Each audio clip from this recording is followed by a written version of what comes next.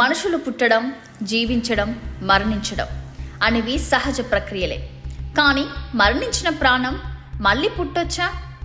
మరణించిన ఓ వ్యక్తి జ్ఞాపకాలు, అనుభూతులు, జీవిత విశేషాలు మరొకరికి ఎలా గుర్తుంటాయి? ఇవన్నీ శాస్త్రానికి ఓ సవాల్. అలాంటి ప్రశ్నలన్నిటికీ కేంద్ర బిందువుగా మారిన వ్యక్తే టీటూ సింగ్ తోరల్. ఇది కథ కాదు, కళ్ళ ముందు నిజంగా జరిగింది. ఇది ఒక చిన్నారి చెప్పిన మాటలతో మొదలై ప్రపంచ నోరెళ్లబెట్టే రీతిలో పునర్జన్మ అనే మిస్టరీకి ప్రాణం పోసిన కథ. దీనిలో భయం ఉంది, విచిత్రం ఉంది, కానీ అంతకన్నా ఎక్కువగా ఒక అన్సాల్వ్డ్ మిస్టరీగా దాగి ఉంది. 1983 ఆగస్టు 28 ఉత్తరప్రదేశ్ రాష్ట్రం ఆగ్రా నగరంలోని మాల్ రోడ్డులో ఓ రేడియో షాప్ యజమాని అయిన సురేష్ వర్మ తన నిత్య జీవితాన్ని చాలా ప్రశాంతంగా గడిపే సాధారణ మనిషి. ఆ రోజు కూడా షాప్ మూసి ఇంటికి బయలుదేరాడు.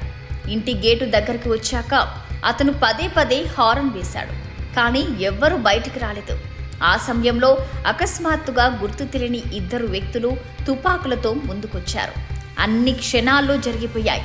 వారిలో ఒకడు తుపాకీతో కాల్చడంతో ఆ బుల్లెట్ సురేష్ తలకి తాకింది. తలలో బుల్లెట్ తగలడంతో సురేష్ వర్మ అక్కడికక్కడే మరణించాడు. ఈ దాడి ఎవరు చేశారో, ఎందుకు చేశారో ఎవరికి తెలియదు. కానీ ఆ ఘటన అనేది ఆ కుటుంబానికి కోలుకోలేని దుర్ఘటన.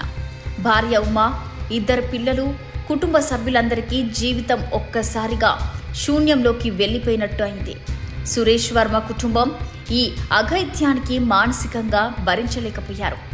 ఇక్కడే కథ మలుపు తిరుగుతుంది. ఉత్తరప్రదేశ్లోని బాద్ గ్రామంలో ఆగ్రా శివార్లోని ఒక 13 కిలోమీటర్ల దూరాన ఉన్న చిన్న బస్తీలో డిసెంబర్ 10, 1983లో టీటూ సింగ్ అనే ఓ బాలుడు జన్మించాడు. అతడి పేరే తోరణ్ సింగ్. ఇంట్లో అందరూ టీటూ అనే పిలిచేవారు. సురేష్ చనిపోయిన తేదీ 1983 ఆగస్టు 28. కరెక్టుగా సురేష్ చనిపోయిన 4 నెలలకే ఇంకొక జీవనం మొదలైంది. టీటూ 2 సంవత్సరాల వయసులో ఉండగానే కొన్ని విచిత్రమైన మాటలు మాట్లాడడం మొదలుపెట్టాడు. ఇది నా ఇల్లే కాదు, మీరు నా తల్లిదండ్రులే కాదు, నా పేరు టీటూ కాదు, నా పేరు సురేష్ వర్మ, నాకు భార్య ఉంది, 2 పిల్లలున్నారు అంటూ మాటలు మాట్లాడేవాడు. మొదట్లో టీటూ వాళ్ళ అమ్మ నాన్నలు ఈ మాటలని చాలా తేలికగా తీసుకున్నారు. పోను పోను ఇంకా ఎక్కువగా మాట్లాడుతున్నాడు. మా ఇంటి ముందు ఫియట్ కార్ ఉండేది. నేను రేడియో షాప్ నడిపేవాడిని, కానీ నన్ను కాల్ చేశారు. బుల్లెట్ తలకి తాకింది, అక్కడికక్కడే చనిపోయా అని మాట్లాడాడు. ఈ మాటలు విన్న టీటూ వాళ్ళ అమ్మ నాన్నలు ఆందోళనకి గురయ్యారు. సాధారణంగా చిన్నపిల్లలు 2 సంవత్సరాల వయసున్నప్పుడు అత్త తాత అనుకుంటూ వచ్చిరాని మాటలు మాట్లాడతారు. పైగా మాటలు కూడా చాలా స్పష్టంగా రావు. కానీ టీటూ విషయంలో మాత్రం చాలా వింత ఘటనలు చోటు చేసుకున్నాయి. చిన్న వయసులోనే పెద్ద పెద్ద మాటలు మాట్లాడుతున్నాడు, అది కూడా చాలా స్పష్టంగా.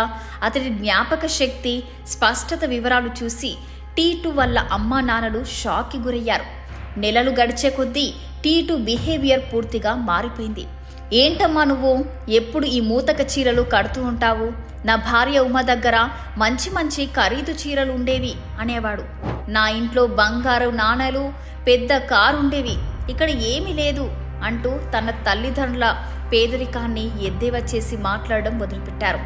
కెమిస్ట్రీ లెక్చరర్గా పనిచేస్తున్న టీటూ తండ్రి మహావీర్ ప్రసాద్ ఈ మాటలు పెద్దగా పట్టించుకోలేదు.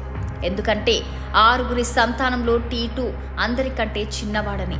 కానీ టీటూ తనకి 4 ఏళ్లు వచ్చేసరికి ఆగ్రాకు తీసుకెళ్ళండి అంటూ అడగడం ప్రారంభించాడు.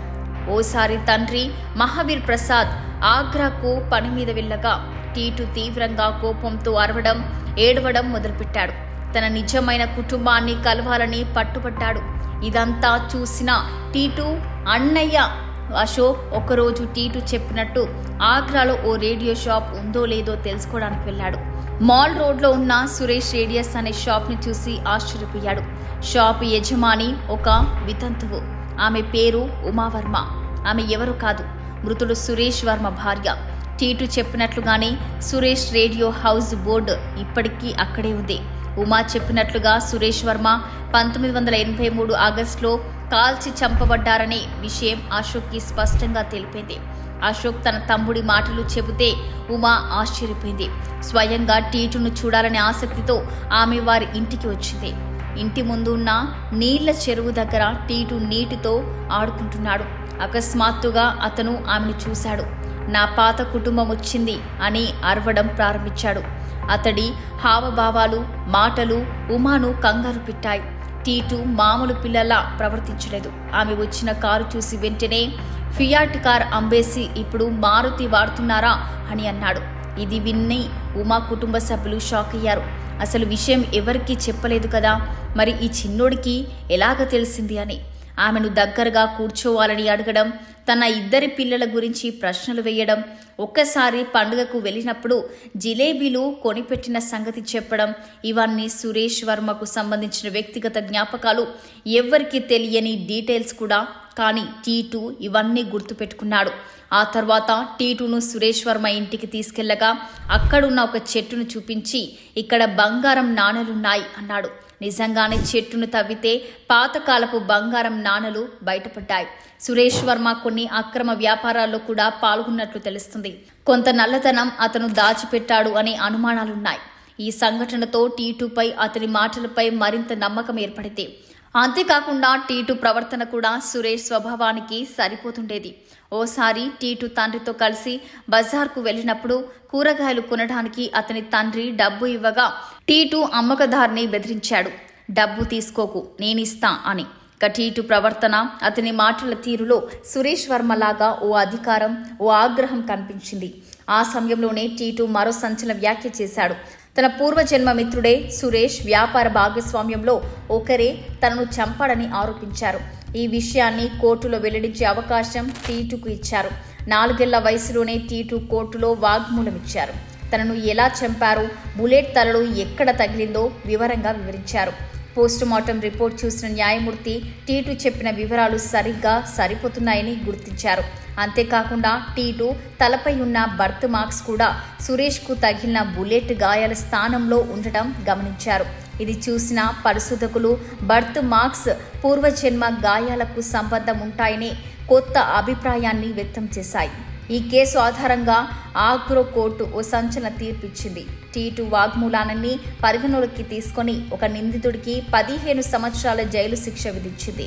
ఇది భారత చరిత్రలో ఒక కీలక ఘటనగా నిలిచింది. ఇంకా పునర్జన్మ ఆధారంగా తీసిన మొట్టమొదటి న్యాయ తీర్పే ఇది. ఇది చూసి కొంతమంది టీటు కుటుంబాన్ని విమర్శించారు. ఇది అంతా డబ్బు కోసం వేసిన డ్రామా అంటూ ఆరోపించారు. కానీ ఒక చిన్న పిల్లాడు మృతుడి కుటుంబ గుట్టులు, అలాగే చనిపోయిన తీరును, బంగారం దాచిన చోటు, కార్ మారిన విషయాలను ఎలా చెప్తాడు? ఇప్పటికే ఈ కేసు ఒక మిస్టరీగానే మిగిలిపోయింది. మరింత ఆశ్చర్యకరమైన విషయం ఏమిటంటే టీటు తలపై 2 బర్త్ మార్క్స్ ఉన్నాయి. ఒకటి కుడి కనుపాప పక్కన, అలాగే మరొకటి తల వెనుక భాగంలో. ఇవి సురేష్ వర్మకు తగిలిన బుల్లెట్ ఎంట్రీ మరియు ఎగ్జిట్ వూడ్స్కు సరిపోతున్నాయి. పోస్ట్ మార్టం రిపోర్ట్ ప్రకారం సురేష్ బుల్లెట్ తాకి మరణించాడు. ఇది అధికారికంగా రికార్డైన విషయం. టీటు తల దగ్గర కూడా గాయాల స్థానాలకు సరిపోయే బర్త్ మార్క్స్ కనిపించాయి. ఈ విషయం పైన అనేక ఊహాగానాలు మొదలయ్యాయి. ఒకటి, ఇది రిప్లేస్మెంట్ కేసు కావచ్చని. అంటే ఒక ఆత్మ మరొకరి శరీరంలో ప్రవేశించడాన్ని హిందూ మతం పరకాయ ప్రవేశం అంటుంది. టీటు 8 నెలల వయసులో తీవ్రమైన జ్వరంతో బాధపడిన తర్వాత అతని ప్రవర్తనలో మార్పులు వచ్చాయని కుటుంబ సభ్యులు గుర్తించారు. అంటే అప్పటి నుంచి టీటు సురేష్ వర్మలాగా మారిపోయాడని భావిస్తున్నారు. ఢిల్లీ యూనివర్సిటీకి చెందిన డాక్టర్ ఎస్కే చదా మరియు అమెరికాలోని విర్జీనియా యూనివర్సిటీకి చెందిన డాక్టర్ ఆంటోనియా మిల్స్ ఈ కేసును స్వయంగా పరిశీలించారు. బుల్లెట్ తగిలిన ప్రదేశంలో బర్త్ మార్క్స్ ఉండడం వ్యక్తిత్వ లక్షణాలు, జ్ఞాపకాలు అని చూసిన తర్వాత ఇది పునర్జన్మ యొక్క అత్యంత శక్తివంతమైన కేసు అని పేర్కొన్నారు. ఈ కేసు అంతర్జాతీయ గుర్తింపును పొందింది. ఇక రీఇన్కార్నేషన్ ఇంటర్నేషనల్ అనే బ్రిటిష్ మ్యాగజైన్లో ప్రచురితమైంది.